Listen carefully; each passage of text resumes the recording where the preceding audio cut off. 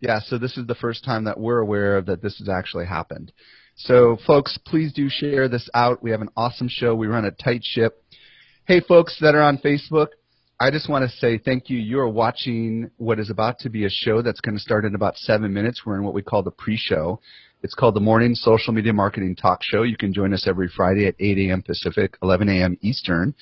And this show is a show brought to you by Social Media Examiner, where we bring on experts and we talk about what's happened in the last few days in the world of social media. We've been doing this show since, I don't know, November, August. And it's syndicated now predominantly on Blab. We are cross-syndicating to Facebook, so we are super excited that hundreds and many more of you are here. So, Kim, why don't you go ahead and continue to talk to the Blab audience about all the stuff while I share this over from Facebook onto my personal profile. Got it.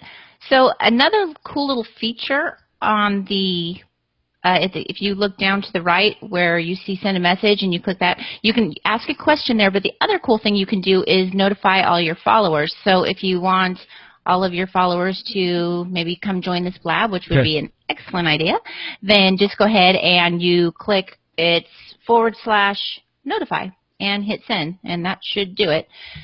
So this is pretty exciting. And so far, just so you all know, we have 131 people over on Facebook and 50 people over here, so we're already kind of hitting a record. For those of you that are just joining us, regardless of what platform it is, today on today's show, we're going to be starting in less than 5 minutes, and we're going to be talking about Facebook Instant Articles and everything you need to know to get your content into Facebook Instant Articles. We'll be joined by Leslie Samuel. And in our second segment, we're going to talk about some brand new news from YouTube. We're going to be joined by YouTube expert Amy Schmittauer. And then after that, we've got like 12 other items that have broken the last week. And it's an hour-long show, and you can find it on Blab and or on Facebook. So, all right, let's see here. So let's just ask a couple questions. For those of you that have joined in the last few minutes, tell us what part of the world you're in, regardless of whether you're watching on Facebook or you're watching on actually a Blab here. Where are you guys from? And Kim, go ahead and do some call-outs. Okay. So I saw earlier that we had someone from Singapore, which is pretty exciting. Thank you very much for staying up all night to watch us. And New Jersey. Is that part of the world? Yes, it is, Barbara. Green Bay, Wisconsin. Woohoo! I used to live in Wisconsin. Welcome, Heather. Jeff, Longview, Texas. Costa Mesa. Nice. You're right by me. South Carolina. Oh, New Zealand. What time is it in New Zealand? Atlanta. I love Atlanta. I guess New Zealand is like 1 in the morning. So wow. Thank you. Thank you for being here. Hello from New York City to Anna. And let's see. Chicago. Darcy. Marketing Hits, Alberta, Canada. We love our Canadians. Tacoma, Washington. And Callie from Raleigh, North Carolina. Hey, the Carolinas are being represented for sure. Leslie, real quick, you guys, I noticed that we don't have the overlays on the Facebook Live, and maybe that's just not an option, but we're seeing the entire screen, Leslie, so I don't know if there's a way to block off some of the left and right components as you've done before, or at least I'm seeing that on the initial playback. But anyways, you guys, we are super excited to be broadcasting on both Blab and on Facebook Live, and maybe in another show we'll talk about how exactly we did that, but it's super exciting to see you guys. And I was just sharing to my personal Facebook page because this is pretty exciting. First time we've done this. And so, Nashville, Tennessee, Blog Aid. Let me see your name here. Okay. Well, actually, it doesn't show your name, but Blog Aid. Nashville, Tennessee is someplace that I actually want to go visit as soon as possible. Let's okay, see. Guys, since we have a pretty good sized crowd here, Leslie, Samuel, why don't we pop you in if you're ready? I'm going to unlock the seat. We'll get you locked and loaded. Folks, we are going to get this show started about a minute early. And for those of you that are just joining, we are super excited that you're here today.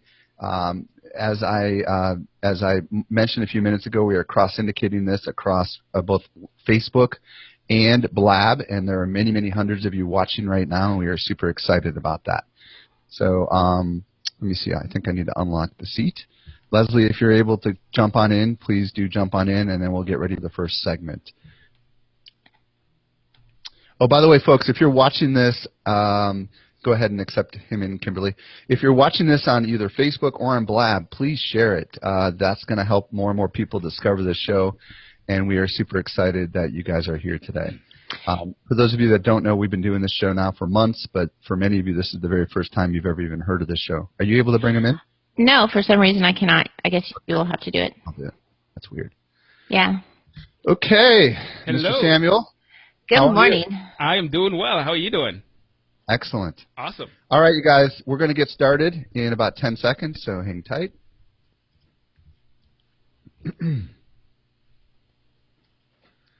Welcome to the Morning Social Media Marketing Talk Show, a Social Media Examiner production. I'm your host, Mike Stelzner, and I'm joined today by my co-host, Kimberly Reynolds. And in the back channel, we also have Eric Fisher in the control room. And this is the show that we bring you every single week live. Yes, this is a live video show, and when things are live, things happen. Good, bad, ugly, it all happens when it's live. But this is something that we do at Social Media Examiner every single week, where we study the news that's happened in the last week, sometimes stuff that's a little bit older, but almost always stuff that has happened literally in the last few days. We bring at last minute, with very little notice, the top experts in the industry to come on and talk about what is news. And we are super excited that this show is brought to you by the Social Media Marketing Society. If you don't know what the Social Media Marketing Society is, it's a place for marketers, social media marketers, to get ongoing training every month, and it's awesome. And right now we have a limited sale where you can save $300 on your annual membership. Check it out at smmarketingsociety.com. On today's show, we've got a lot planned for you. We're going to take an in-depth look at Facebook Instant Messages, and we're going to be joined by Leslie Samuel. In our second segment, Amy Schmittauer is going to be joining us, and we're going to talk about some really interesting developments in the world of YouTube. And then we've got like literally 14 other things to talk about, all stuff that is broken literally in the last few days. So one last thing. If this is your first time watching the show, go to socialmediaexaminer.com/blabcal, BLABCAL. Get this show on your calendar. It's every week on Friday at 8 Pacific, 11 Eastern, and do not ever miss this show. With that, let's transition over to today's first segment with Leslie Samuel talking about Facebook Instant Articles. Leslie, what is the news with Facebook Instant Articles? So many people have heard about it, and there's been lots of buzz, but you're one of the only people that I know that's actually dug into the entire process. So first, welcome to the show. Thanks for having me. Glad to be here. So for those that may not understand what it is, give us the quick what it is, and then let's dig into kind of what we need to know as marketers about it. All right, so in terms of what it is, Facebook Instant Articles is an initiative that Facebook started to improve the mobile web browsing experience. You go on Facebook and someone shares the link and you're like, oh, I need to check it out.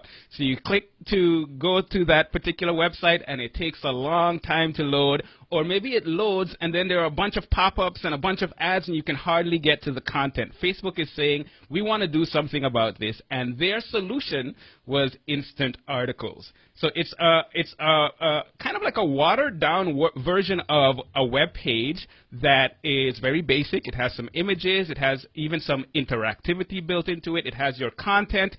It strips away a lot of the extraneous information and some of the extraneous design and JavaScript and all kinds of complex things to make it load significantly faster. And what you will notice is when you see an article that's posted on Facebook and you have this little kind of like a lightning bolt, that tells you that it's an Instant Articles version, and when you click on that, it literally loads just about instantly. Now, is this purely mobile or is it also on desktop? I think I've seen Instant Articles on desktop, but I'm not sure. It is purely mobile that you're getting that experience. Okay. So let's talk about, first of all, why do you think Facebook is doing this? And then let's get into what do we need to do to do it ourselves. Why is Facebook doing it? It depends on who you ask. If you read all of the articles, they are doing it because they want to give the users a better experience on their mobile devices. You know, you have people with low bandwidth connections and so on. They want to have a way for them to get access to the content that they're looking for quickly and pretty much instantly.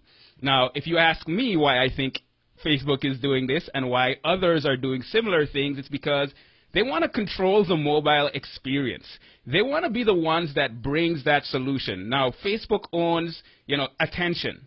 Now, imagine if Facebook builds a platform where they don't only own your attention, but they also have your content.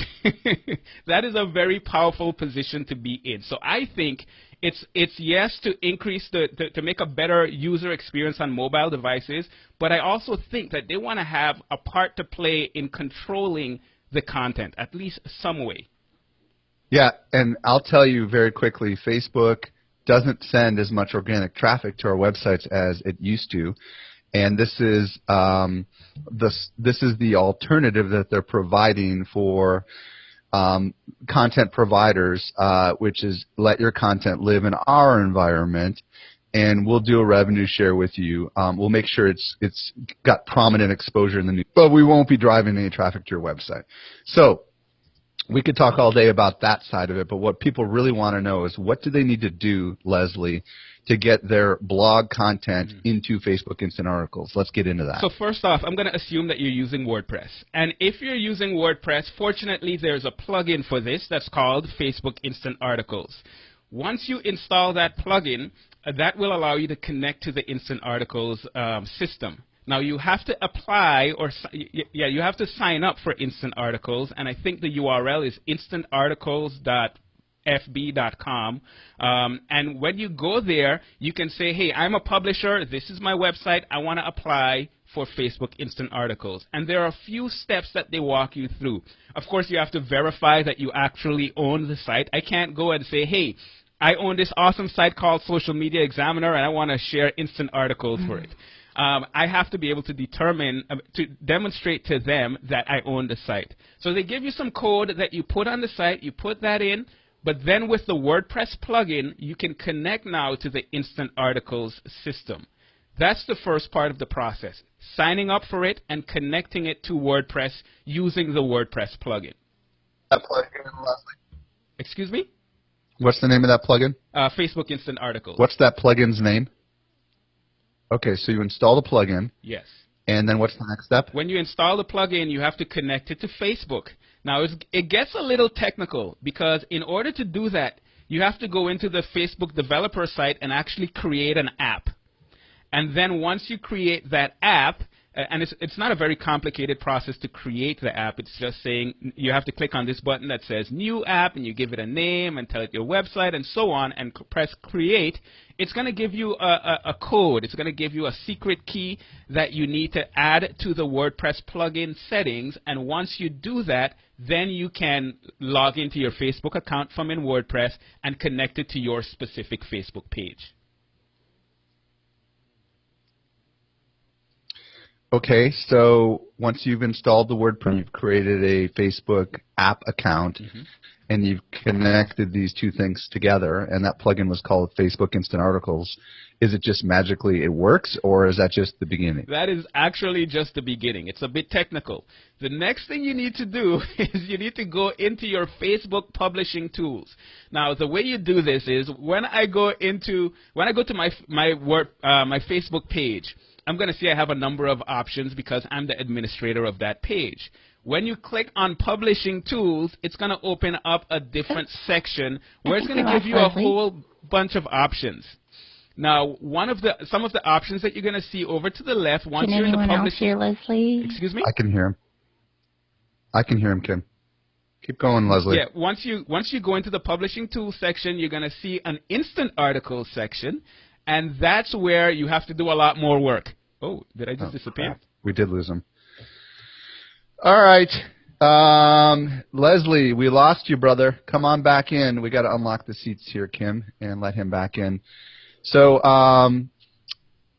by the way, while we're waiting for Leslie to get back in, has my audio been okay? Just I want everybody to know because I know Leslie's audio was a little blurpy. Okay, keep going, Leslie. So we lost you. Repeat whatever you were just talking about. Okay, so what I was saying is once you go into the publishing tools, you're going to see an instant article section that gives you a bunch of other options. And the first wait, back up for a second. Yeah. I think the publishing tools part. Talk about that Okay, again. so you go to your Facebook page, and if you're the administrator of that page, or you have permissions to do things on that page, you're going to see a publishing tools option at the top of that page. When you click there, it's going to take you to the publishing tools section, and that's where you're going to see all of the options for instant articles. Now, it sounds it's much harder to explain without showing it to you, but that's the sequence that you go through. And once you're in the publishing tools section, you will see the instant articles options. So is this publishing tools thing something that shows up only after you become quote unquote a publisher? Because I don't even Kim, I don't think we have a publishing tools section, do we? Not that I'm aware of. Yeah, so I think that's once you've applied for instant articles and you get approval, then now you have access to the publishing tools. Okay, so we've got the publishing tool. What's the next step then? Does it just automatically pull in our content? No, the next step is to do a bunch more work. In that instant article. All right, well, instead of give us the synopsis. Is it a copy and paste? I mean, it's not. It doesn't sound very simple. It's not very simple. I'm not going to lie to you. It's not very simple. But basically, what you have to do is you have to give them your RSS feed, and once you give them your RSS feed, they pull in your content. Then you can go in and mess with the content. It's a little tricky in terms of the messing with the content because when you add content to WordPress, you have a visual editor. In Facebook, you don't. You're just seeing the HTML code. And you have to go through and work with the code and do all that stuff. You can't actually see it there. You have to pull it up on your mobile device to see it. So it's a really complicated setup. I went through it. It took me hours to figure it out. But once I figured it out, the process of bringing my content in and actually working with it, and I was able to add slideshows and so on, it basically took me about 10 minutes per article. Interesting. Kim, I'm sure there's a bazillion questions, so let's go ahead and start throwing them out to Leslie. Okay, so I'm going to start with, let me see. Is there an SEO impact for your website? And it's a related question from Hamza is, if someone shares my website on Facebook Instant Articles, when someone clicks, does it count as a visit? Very good question. So the first one, in terms of SEO, if you're talking about SEO, you're talking about search engines. Does it affect the search engines? No. Does it affect what's happening on Facebook? Yes. Exactly how much? We can't really say because there's not a lot of us that have a ton of experience with it. One more thing I needed to mention, and this is important for this part. Once you submit your content to Facebook Instant Articles for the first time, you actually have to prepare 10 posts, submit them. It then takes 3 to 5 days for them to go through and check and approve it. And once they approve it, then you can actually work with it. So I'm in the approval stage right now. So you have to pick 10 posts, and you probably want to pick 10 good ones, right? And then you have to submit, after all this pain and suffering, then you have to submit them to Facebook. And then Facebook has to say, or yeah. And then they'll allow you to publish them? Is that how it works? Then they'll allow you to publish them, and then you can publish stuff in the future without going through any of that process. Now, have you gone through this entire process and been approved? I am waiting for approval. Actually, I'm waiting for approval, but I was just going to show you a demonstration of how it looks in the production section, and it's all gone. So it might mean that I just got approved. I'm not sure. Oh, okay. So, but the problem is that you can't, I guess, you said you eventually figure out how to do it in 10 minutes, but like if you have a brand new article that comes out tomorrow, could you hypothetically schedule it to go into an instant article at the same time? Do you think that's possible with these publishing tools? It is possible, but it's a bit trickier because what you're using is your RSS feed to pull in the content, and your RSS feed doesn't show your content until it's actually published. Now, you can go in there and manually add the content, but then you're basically doing the HTML coding from scratch to a certain extent. So it's a bit more complicated to do it that way. The way I would do it is, as soon as it's published, I would go in, work with it a little bit, and then publish the instant articles version.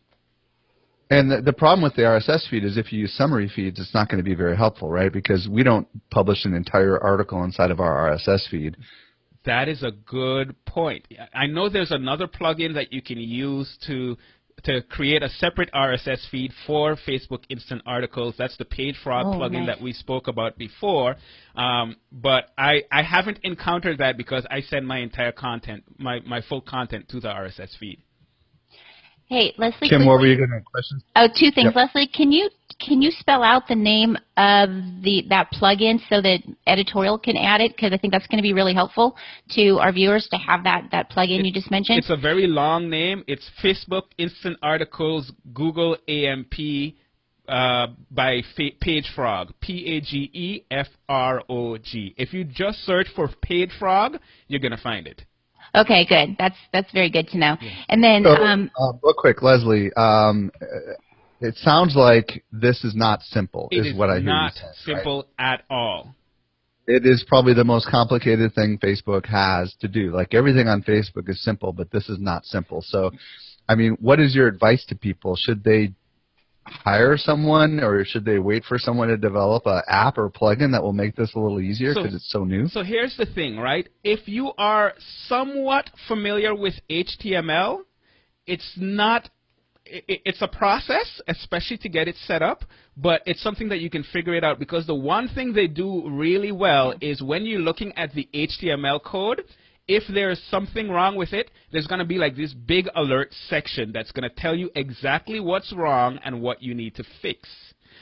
So that makes it a little bit easier. Now, if you're not familiar with HTML at all, I would recommend getting someone to do it for you. The problem that you're going to run into right now is not a lot of people know how to do it because it's such a relatively new process. Well, and we are definitely going to have you, Leslie, do a detailed training session on this for the Social Media Marketing Society. So there's a reason for folks to join the Social Media Marketing Society so they can get hands-on training. Obviously, it's a process. It's not simple. And Kim, let's just go take one or more questions. Well, first of all, Leslie has a couple closing. Actually, okay, we don't have time for two more questions. Leslie, I'm just going to give you the closing thoughts on this. So go ahead. Yeah. So Kim, part of the question was, does it give you kind of increased exposure on Facebook? We don't fully know. What we do know from the data that Facebook has shared, and this is very important to understand, 20% more clicks through to read the article, 70% fewer abandons, 30% more shares and content that's on instant articles versus your regular posts. So I think it's something interesting for us to at least look into. I am going to be doing a number of Facebook Live sessions next week on this content. So if anyone wants to learn more about Facebook Instant Articles and how they can do that, connect with me on Facebook for the Become a Blogger Facebook page. Next week I'm going to be going all into instant articles and so on.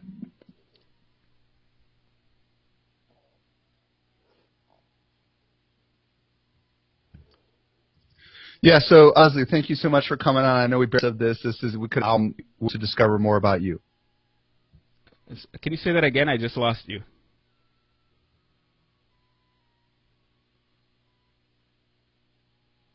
Seems like we're having some glitches with the Blab connection. What?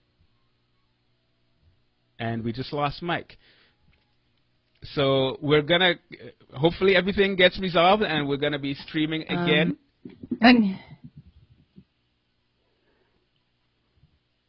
And here he comes. So okay, Kim, when things go wrong, just roll with it. There you go. We're back. Sorry, did all of us freeze, or was it just me? It was you, and Kim's video is gone. I think that it was you I have and no idea what's going on. Okay, and possibly Leslie. Leslie, I just want to say thank you guys. Check them out at becomeablogger.com. We don't know if Blab is doing an update in the middle of this thing or what, but good old technology. Yeah. Good old technology. We're just going to roll on. Amy, how are you doing today? Good morning. Awesome, Mike. How are you? Hi, Good. Kim. If you're there. Hi. So I apologize, you guys. I know that Leslie's audio was constantly kind of seizing up on me. I don't know. Was that happening for me as well, you guys, or was it mostly Leslie? You seemed okay. It was him that was throwing things off, but then randomly it seemed like you came in and out as things all started balling up together. So Yeah, just as soon as I said, where can folks discover more about you, everything froze and I cussed. And so check out Leslie at becomeablogger.com. And super excited to be joined by Amy Schmittauer today. And in our second segment, and by the way, we said at the beginning of the show, this is live and stuff happens when we go live, and sure enough, stuff happened. Sure enough. Today, in our second segment, there's some new news from YouTube. In particular, YouTube has launched a brand new service called Unplugged, and also Hootsuite has come out with YouTube support. And Amy, I want to start by talking about, first of all, did you get a chance to check out what Unplugged is? And if you could describe what it is, and maybe we could talk about it a little bit, that would be awesome. Yeah, and I would hesitate at calling it a launch because I don't think YouTube wanted us to know about it yet from what I've read so far, but YouTube is basically planning a online TV service, and the idea of it is this: it's another paid subscription model. It's another opportunity to make money for YouTube, other than ad support, of course. But similar to YouTube Red in being a subscription service, I think they would like to bundle TV. People are saying they can't hear me, so let me know if there's a problem. I can hear you. Kim, can you hear? I can hear. Okay. So it's TV. So let's talk about this for a second. Mm-hmm. The key word here, they're calling it Unplugged. And my take on this is I've always thought Netflix should do this. And it's funny that Google seems to be the one that might do it first. The idea here is that, from what I've read, is that Google/YouTube has been courting the top television networks in the United States like ABC, NBC, CBS, and Fox.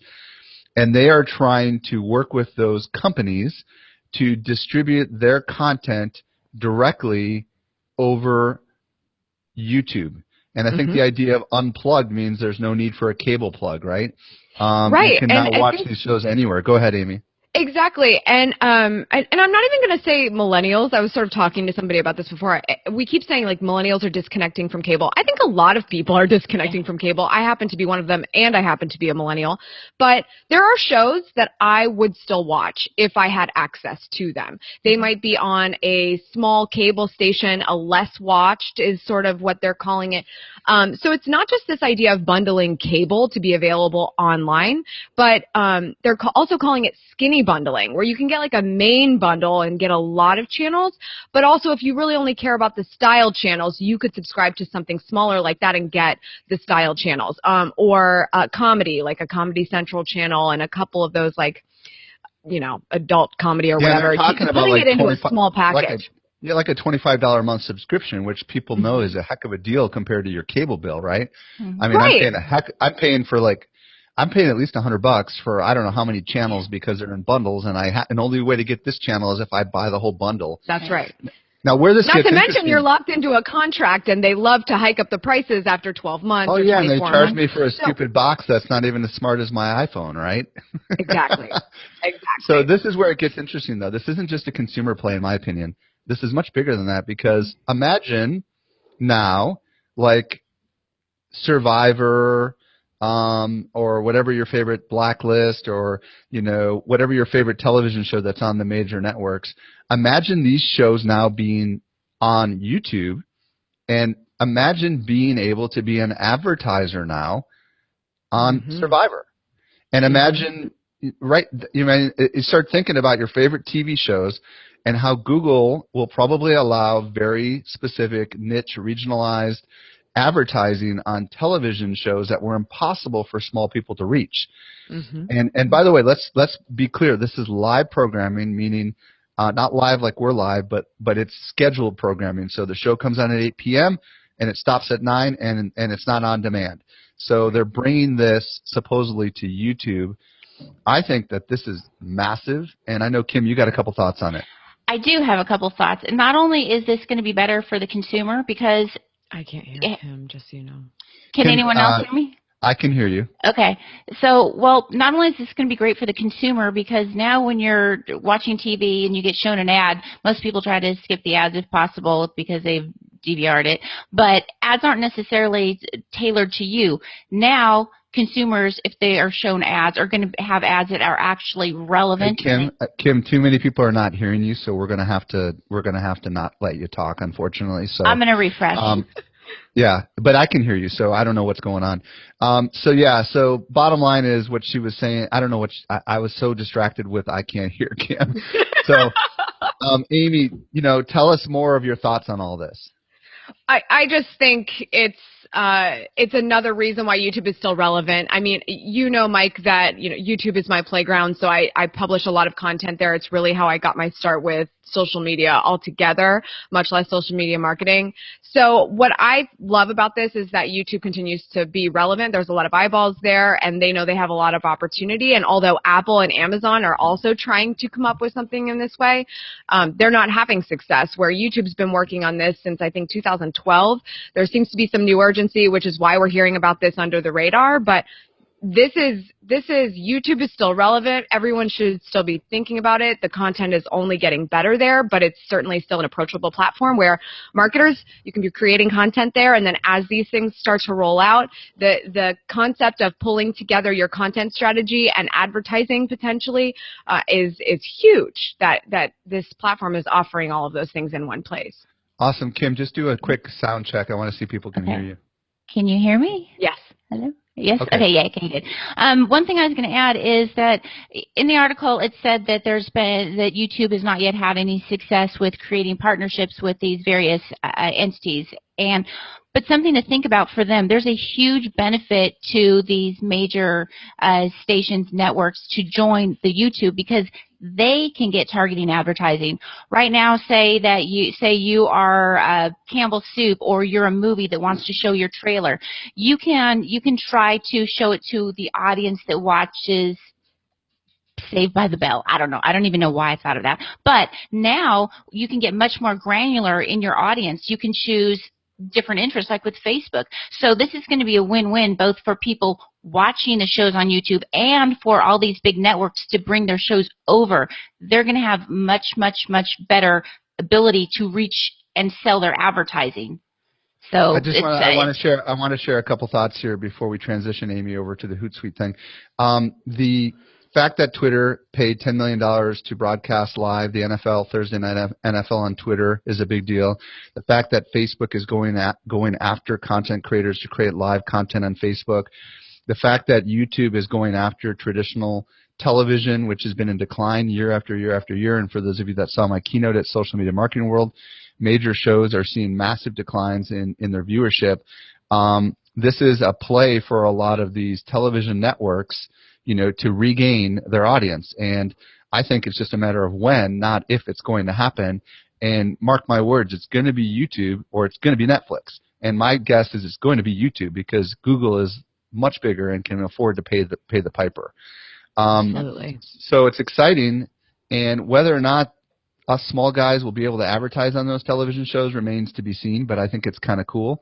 I'm sure in the beginning it'll be the mega brands, but eventually maybe there'll be opportunities for us small guys to do very niche kind of plays. Amy, I know that Hootsuite just rolled out YouTube support. Curious, I know it's so new, I don't know if you had a chance to look into it, but what's your thoughts on maybe how YouTube could help those that are YouTubers? I mean, how Hootsuite could help? So I think when I look at it, like I said, YouTube is my playground, so I think a lot of the things that it offers is just so much easier for me to do it within YouTube itself. But from a community management perspective, this is actually kind of a dream. If you're already moderating comments and things from Twitter or Facebook or any other social network on Hootsuite, this is a very seamless way to be moderating those comments on your YouTube channel as well, and sort of track how well a YouTube video is doing. So I went ahead and I have a Hootsuite account. I went ahead and integrated my YouTube channel. And the streams that came up, if you're familiar with Hootsuite, they give you streams that you can moderate. You can add, for instance, on Twitter, you can put your mention stream. You can put a list. So for the YouTube section, it pulls up a stream of my videos, and it gave me a glimpse of my video, how many views it has, likes, comments, and ways for me to reply back to those comments. So from the perspective of if you have many people working on a YouTube channel and want to moderate those comments more efficiently, I definitely see an advantage here, and it's a lot easier, I think, to track and make sure some comments were covered versus Google management and integrating all of those things into a YouTube channel.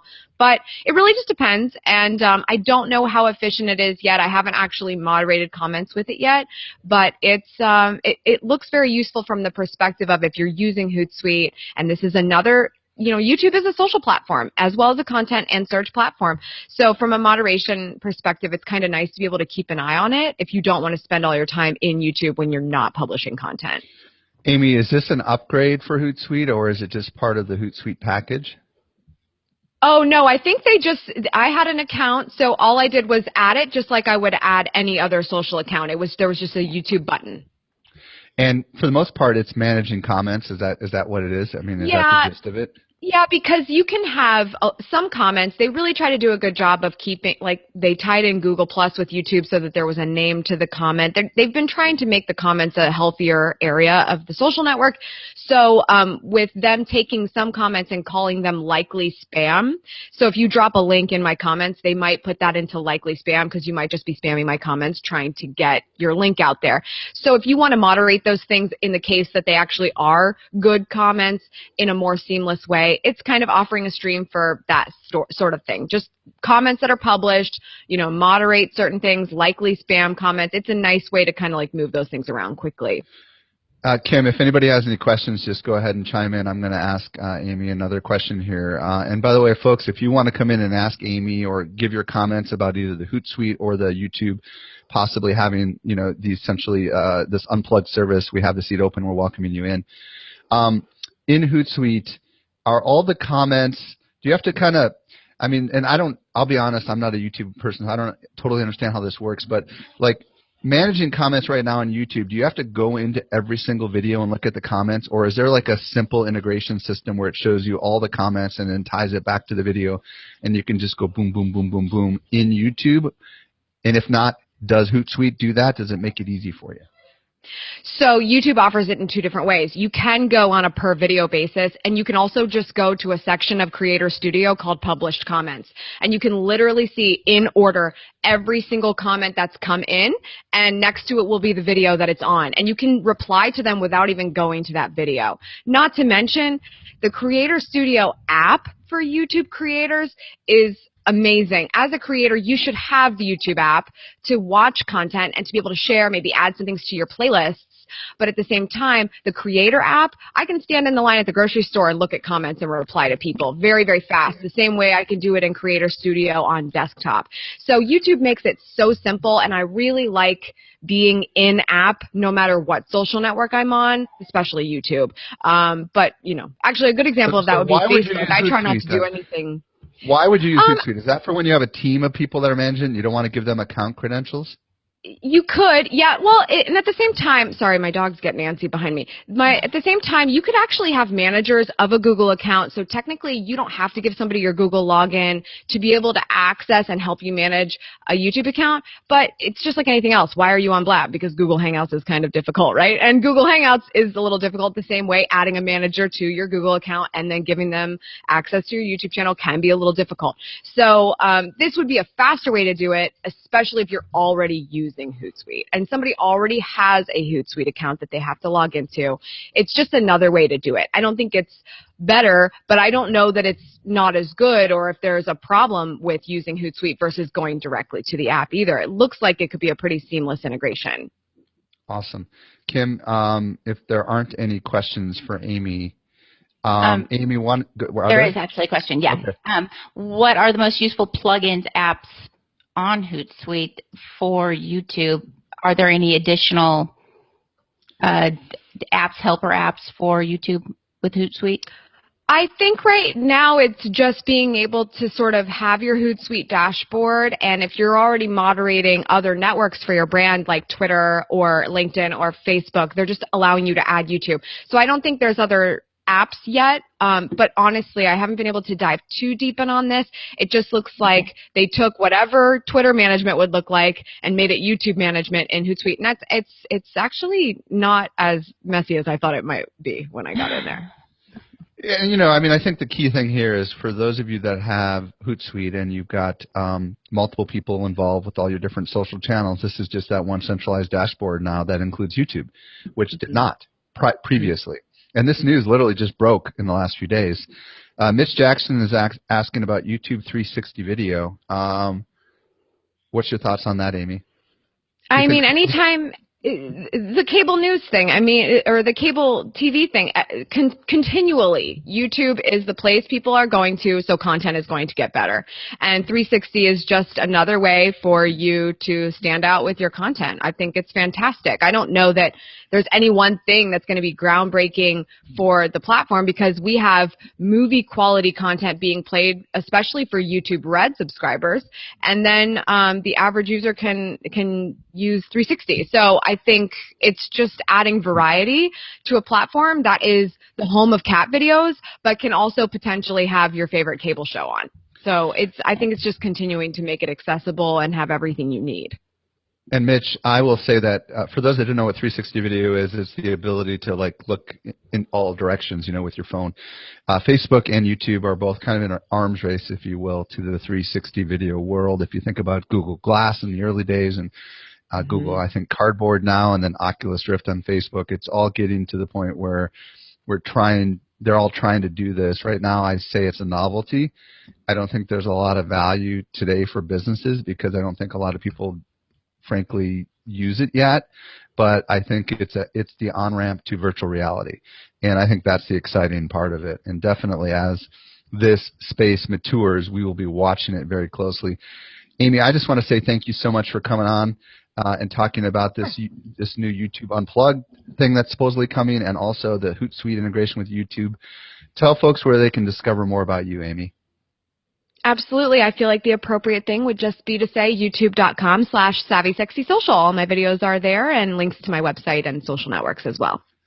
Awesome. Everybody give Amy some props. Amy, thank you so much for joining us. Thanks for having me. Good to see you both. Talk to you soon. Thanks. Bye.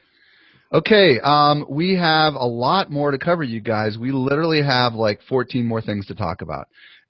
Kim, are you ready to talk about some of this news?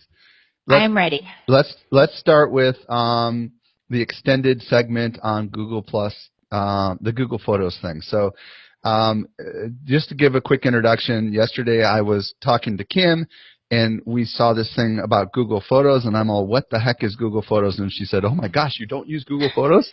So tell everybody what it is, Kim. I just installed it yesterday on my phone. Do you like it? Have you tried it? I haven't even tried it yet. Oh, okay. So Google Photos is a photo syncing and storage app from Google. It's available on desktop as an app as well as a phone app. So in the past, I know most people that want to save their photos will upload them to Dropbox. Dropbox can get expensive, and you can run out of space unless you pay for storage. Google's photo storage product is free, and it is unlimited high-quality storage. There's a couple. And it's iPhone and Android, let's be clear, right? Yes, iPhone and Android, definitely.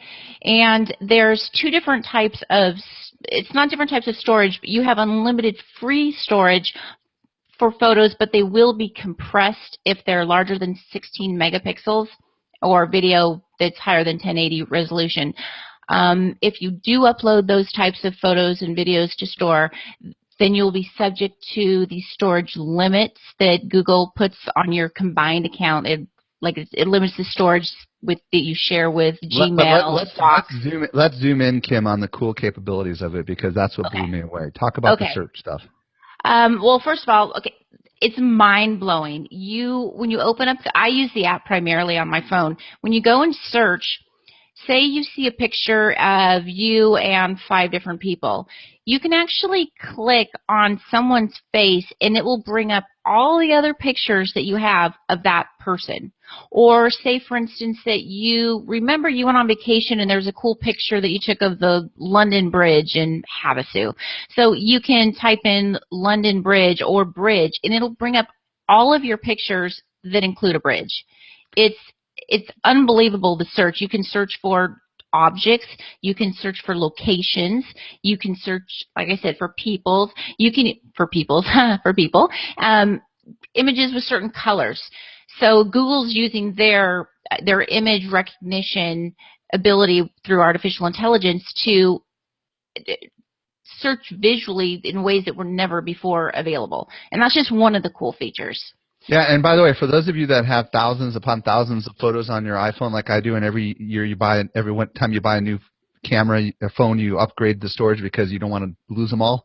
Right. Well, now you can take all those pictures, upload them into the cloud with Google's Photos, and then free up that space and still be able to do all that cool searching. Because Right, exactly. That's the pain in the butt is finding that search. So obviously Google is somehow tagging those pictures and recognizing what's in those photos and allowing. Is it really fast too? Yeah, it is. It's super fast, and there's actually more, and yet there's more.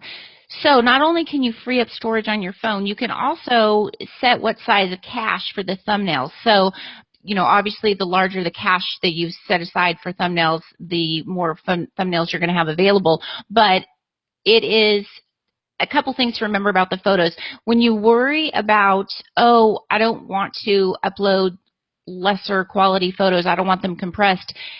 When Google compresses those photos, for the average person that's not a professional photographer, you're not going to see any quality difference, even if you print out those photos. So really the only people that need to worry about that the storage space for uncompressed files are the complete professionals, and they know how to handle that type of stuff. But some other cool things I have to tell you that it does. There's something called Assistant. And like, for instance, one weekend rather, we had gone to the beach and taken a bunch of photos. Google will put those together automatically for you and create a movie or create stylized photos for you. If it creates a movie, you can add music and you can decide which photos to include in that video. It will splice together videos and pictures to create an entire story. It creates animations, collages, the coolest things you could ever imagine, and you get to add the music you want. You can have like a theme, and it's incredible, and it's all free. That's really cool. And it's smart for Google to come out with these apps on the iPhone because people are going to say, why doesn't the iPhone do this? And maybe they'll go check out an Android, right? So that's cool. So download it. It's called Google Photos. And that's really cool. So we've got like 12 other things we're going to start jetting through the news here. You're definitely going to want to pay attention, you guys, because this stuff, there's a lot of news that came out this week. So Instagram is testing Facebook-like profiles for businesses. Now, this is a really big deal. Kim, let's go ahead. Can we show the image inside the actual where it says drop a link here? Can you paste that in there? Yes, it's... If it works, let's see what happens. Yeah, that's the thing. Okay, well, undo it. So, I mean, you know, all right, paste it into the side, undo it, and drop in a non-bit.ly so people can see it. But I'm going to explain what it is. First of all, this is a leak. Okay, so what happened is somebody discovered this and they took screenshots of it, and it was absolutely amazing. And it doesn't look like we're going to be able to show that image without clicking to view it in another tab. But y'all can click to view it in another tab, and I'll describe what you see. Now, when you have your profile, you have multiple links. Kim, talk about what some of those links are. Well, you can have a link to contact information, which is really the most important one. You can see you can have location information, so people know exactly how to find you. Really, the biggest one though is contact. Now you have. There we go. We got the image to show up right there. You're kidding, really? No, wow! It just showed up. So cool. So yeah, you can see that there's some little buttons on the bottom right down there that allow you to do all sorts of cool features, right? Right. Get directions, email them, contact information. Mm-hmm. And those of you that are on Instagram, you're like, no way, that is so awesome, because you know Instagram makes it really hard to do a lot of stuff. And you can see here they're actually providing a lot more details into the profile. So a lot of you that are Instagram users are going to love this. And right now it's a test, but I think it's really cool, especially if you have a local business. You can see that little icon that looks like a little location thing. You can click on that and you can directly pull up a map. So imagine if you're a local retailer and you use Instagram. Now with Instagram, someone can click on that location button and immediately get to your location. Yeah, see, there it is right there. Yeah, that's a better image. Yeah, contact, get locations, and email. So that's like a pretty big deal. Those are like things that you could never do before, and we're really super excited about that. Yeah. So, okay, Periscope. Let's talk about, okay, many of you know Catch.me. I think it's KATCH.me. I can't remember if that's how you spell it. Yeah. They shut down on May the 4th. But guess what happened? And by the way, Catch.me was a site that would allow your Periscope recordings to be forever available. And Periscope has always been 24 hours, and then it was gone. Well, the same day that Catch.me shut down, Periscope announced that they're beta testing the ability for the streams to be available forever. So for those of you that are Periscope users, you're probably pretty excited about this because now there's going to be a library of all of your past streams and videos that you'll be able to get access to now that Periscope has come to the table on this. And I don't find it a coincidence that they came out with this news the exact same day that Catch.me ended up going out of business. I think it's pretty exciting news. It is.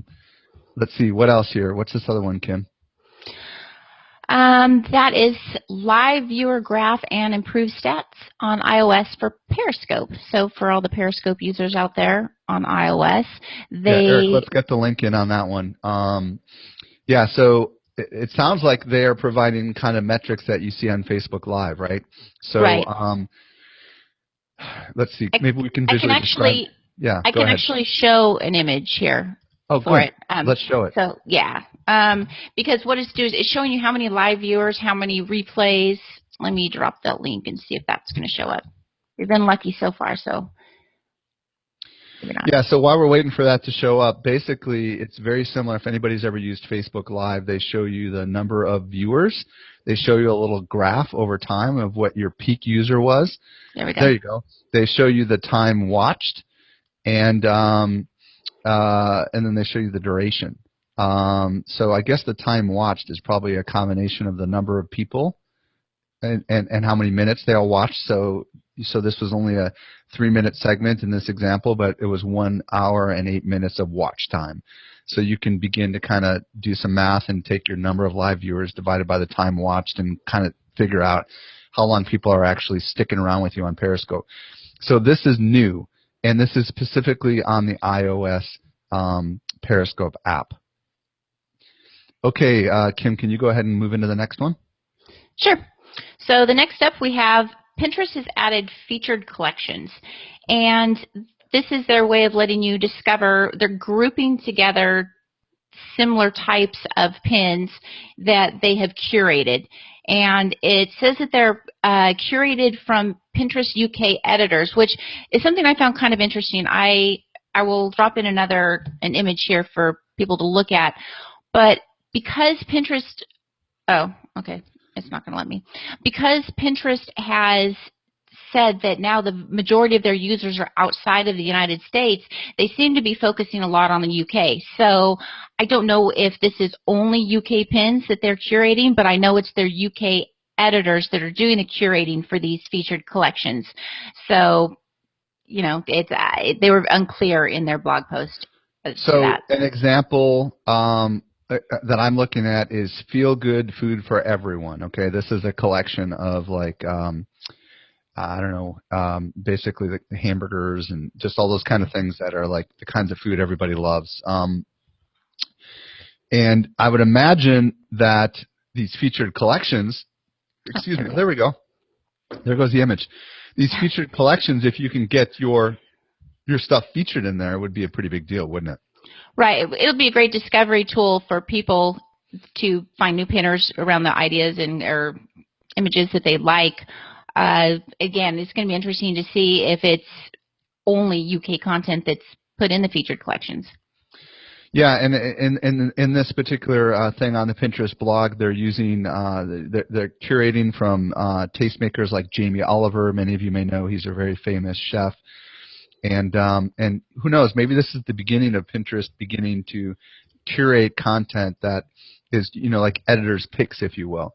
And for those of you that are familiar with that on like iTunes, I think they have these editors picks, you know what I mean, for podcasts and stuff like that. So it's kind of cool, and I would imagine right now it's going to be only super high-profile people that get into these curated lists, but it would be intriguing to see whether or not maybe today it's just Pinterest editors, but maybe tomorrow there's quote-unquote official Pinterest curators who are trusted individuals that are users of Pinterest that curate topical boards, if you will, that are on a suggested list. And I could see them being thematic, like around holidays and stuff like that, or sporting events. So that could be kind of cool. Okay, next. Twitter ads. The Twitter app adds a new way to discover users, okay? So this means that, and first of all, there's lots of Twitter apps out there, but the official Twitter app, and maybe we can try to pull in this animated GIF and see if we can get that to display, Kim. Oh, look at that. I don't think it's, oh, it is animated. Yep. Oh my gosh. The official Twitter app, Kim, maybe you can explain how this works. What's the big deal about this one? The big deal is that there's actually a tab now for that you can click on to connect with people. That it's called Connect, and it's a tab where you can find people that Twitter feels based on your tweets and what you've looked at that you would be interested in. So, you know, when you originally sign up for Twitter and it suggests people for you to follow, etc., it's kind of the same way, but now there's a specific tab for it to make it easier.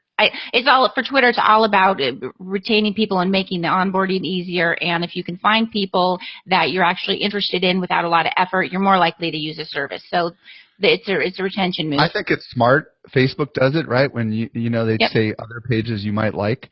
And the reason why it's good is because if Twitter has enormous amounts of data on your tastes and interests, and then they probably have their own little, you know, tech graph, if you will, where they know these are the people that are doing really good tweets in these particular categories, and if you happen to be one of them, you know, and this could lead to a lot more Twitter followers. Like hopefully Social Media Examiner is one that they would recommend for social media marketers.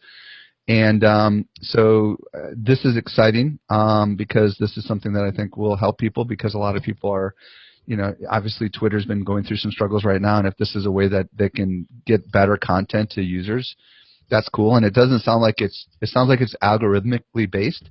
So I don't think this is something where it's just the superstars that they're recommending.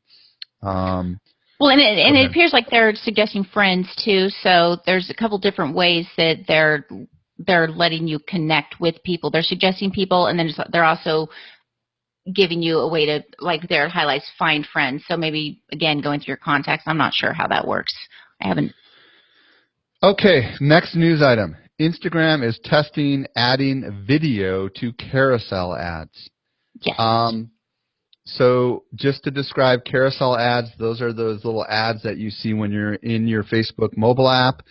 I think maybe on the desktop, where they're like little squares, and there's obviously more of them to the right, and you can scroll through them, and sometimes people take carousel ads and take multiple pictures and kind of thread them out across a couple different pictures to create creative ads. I'm talking about the right thing. That's a carousel ad, isn't it, Kim? Yeah, and I keep trying to put up a picture that it gives you, kind of shows what it is. It's in a carousel ad, you have a series of photos, and they kind of just rotate through. With the videos now, the idea is that you can tell more of a story. You'll have short video clips that rotate through. So I'm not really entirely certain how it's going to be a lot different than just simply having a video ad made up of short clips. But that's it. The picture, it's a shame the picture isn't showing up now, because I just dropped the link in, but it looks like it's not coming up either. Yeah, so I'll drop the link in the sidebar for anyone that wants to click on it. You know, my thoughts on video carousel ads, you know, I guess the question is, do they autoplay? You know, that would be an intriguing thing if they did. You know, I'm not an active Instagram user, Kim. Are carousel ads relatively new to Instagram? I was actually thinking this was Facebook the whole time. I didn't even realize it was Instagram. Well, basically what you can do on Facebook ads, you can do on Instagram ads. Well, gotcha. For the most part. So yes, you can do carousel. Yeah. So do the video ads autoplay on Instagram? Do you know? That I don't actually know. Because if they did autoplay, that could be quite interesting, you know. And I think they might, because I remember seeing video ads from other people that did play, but I have seen many carousel ads, so I Okay, think cool. likely Well, they listen, could. I just realized we have like 7 more things, so let's keep moving along. Blab, unlisted blabs. Blab just came out with update a few days ago saying, hey, if we're kind of learning as we go on the unlisted blab thing, but the bottom line is, here's how it works. An unlisted blab is actually always on. It's kind of like a peer.in. It's a room that you kind of have that you can go back to whenever you want. As a result, you can never record them, at least not today. They're always off the record. Everyone is a host when they're in that room, and you can't schedule. They just kind of are there. So that's an interesting, it's very much like a peer.in. So if you were thinking about using unlisted blabs to do webinars or hangouts, not sure it's the ideal platform for that, because there is no easy way to schedule it, to start it, to stop it. Once you create it, it lives forever. And you also can't block people from coming in. Did I miss anything, Kim? I think that's everything. No, but and I did want to mention that if you would like to, if anyone would like to continue this blab after it ends, create your own new blab and drop the link in the sidebar if y'all would like to keep the conversation going. So just something to keep in mind quickly. Okay, moving along in the news, Facebook Messenger is testing out disappearing messages. So the story there is that you can send a message and say that it will self-destruct after 15 minutes. That's supposedly coming to the Messenger platform. Don't know exactly if that will or why. It's speculative at this point. I'm going to keep moving, Kim. Okay. Twitter aims to boost its visibility by switching social networking to news in the App Store. Now, this is interesting. Yeah. So if you go in the iOS and you download apps, they're in categories, and Twitter has always been like not in the top 10 for Twitter for social networking. They've switched over to the news category. They're number 1 in the news category now. So it's kind of intriguing. Kim, what are your thoughts on that? Well, a couple of thoughts. One, they traditionally have ranked somewhere around number 5, so psychologically they seem less important. If you're in the social category, they would seem less important. Now that they're in news, they're number 1, and they're actually ahead of CNN. I think this also, it's not simply a play to work the algorithm on the App Store. I think also they're trying to go back to being your in-the-moment spot. Everyone has come out with live video, which is in the moment. They want to be your go-to source for news. When something happens, they want you to check Twitter first. So they're reinforcing that idea. And initially, that's how they were when they first came out. They never touted themselves as a social network. They were a discovery tool for what's going on immediately now. So I think it's a smart move on their part. Well, it's also an interesting change to not be listed in the social networks category at all, because that's where logically someone would go to look for it. And I wonder if there's more here than meets the eye. You know, why would they do this? Is this a sign that they are rebranding themselves? And if you start to look at all the things that they've been doing with Moments and the NFL and Periscope and all these things that they're working on, I wonder if they're instead becoming a delivery platform for news, content, all that kind of stuff, which is not how I've ever thought of Twitter. I've always thought of Twitter as an engagement platform, a place where you can connect with people. But if they're actually going to become a distribution platform, that is a radical shift. And, you know, maybe this is one of the early signs, or who knows, maybe it was just a mistake and they accidentally classified in the wrong category thinking it would be in both. But I don't think so. I think they're going after television, they're going after news, and they want to be kind of a source of information. And what that means to Twitter is unknown at this point, but it's an interesting move. Last couple of announcements we're going to go through really, really rapidly. Facebook just changed its Android app. What's the scoop with this one? Well, the scoop is that supposedly Facebook has updated the Android app. We have not yet seen it. No one that we have seen has it. But the focus is, Facebook already said they're going to do this, make the focus more on live. So with this new Android update, live is front and center. And it's a little like a circle with a a triangle thingy like you to record. So the live button replaces the messenger button in the prime real estate there. So it's another visible way that Facebook is showing they are all about live content. Yeah, and they put it at the very top in the center, and it looks like a circle with a play button on it, and supposedly that would show you all the live video happening all over the world, which is quite intriguing. Vine is now available for Windows 10. Okay. Twitter for Mac updated with Moments, polls, and GIF search support. So there you have it, folks. It has been a very interesting and crazy news week. We have dealt with some technical challenges today, as we have for the first time ever broadcast this show both on Blab and on Facebook Live, and we've had technical issues with a lot of our guests and even us, so we appreciate your patience of being with us this week. A couple of important things I want to let you know, but before I do, just a brief announcement. This show is brought to you by the Social Media Marketing Society. We have a big sale that's ending soon. If you want to join the society and get ongoing training every month forever, join SM Marketing Society. Go to smmarketingsociety.com. Now, a couple of quick updates. We're going to be meeting again next Friday at 8 a.m. Pacific, 11 a.m. Eastern. Mark it on your calendar. Hopefully we'll have a lot less technical issues then. You can also subscribe to our show by, or not subscribe, but put this on your calendar by going to socialmediaexaminer.com/blab. And also be sure to check out the SM Marketing Society, Social Media Marketing Society, smmarketingsociety.com. With that, thank you so much to my co-host Kim Reynolds, Eric Fisher, who's been in the control room, Leslie Samuel, Amy Schmittauer, and everyone else on the Social Media Examiner team. Thank you guys for joining us, and we hope to see you guys next week. Okay, that's a wrap. Let's shut down the Facebook channel.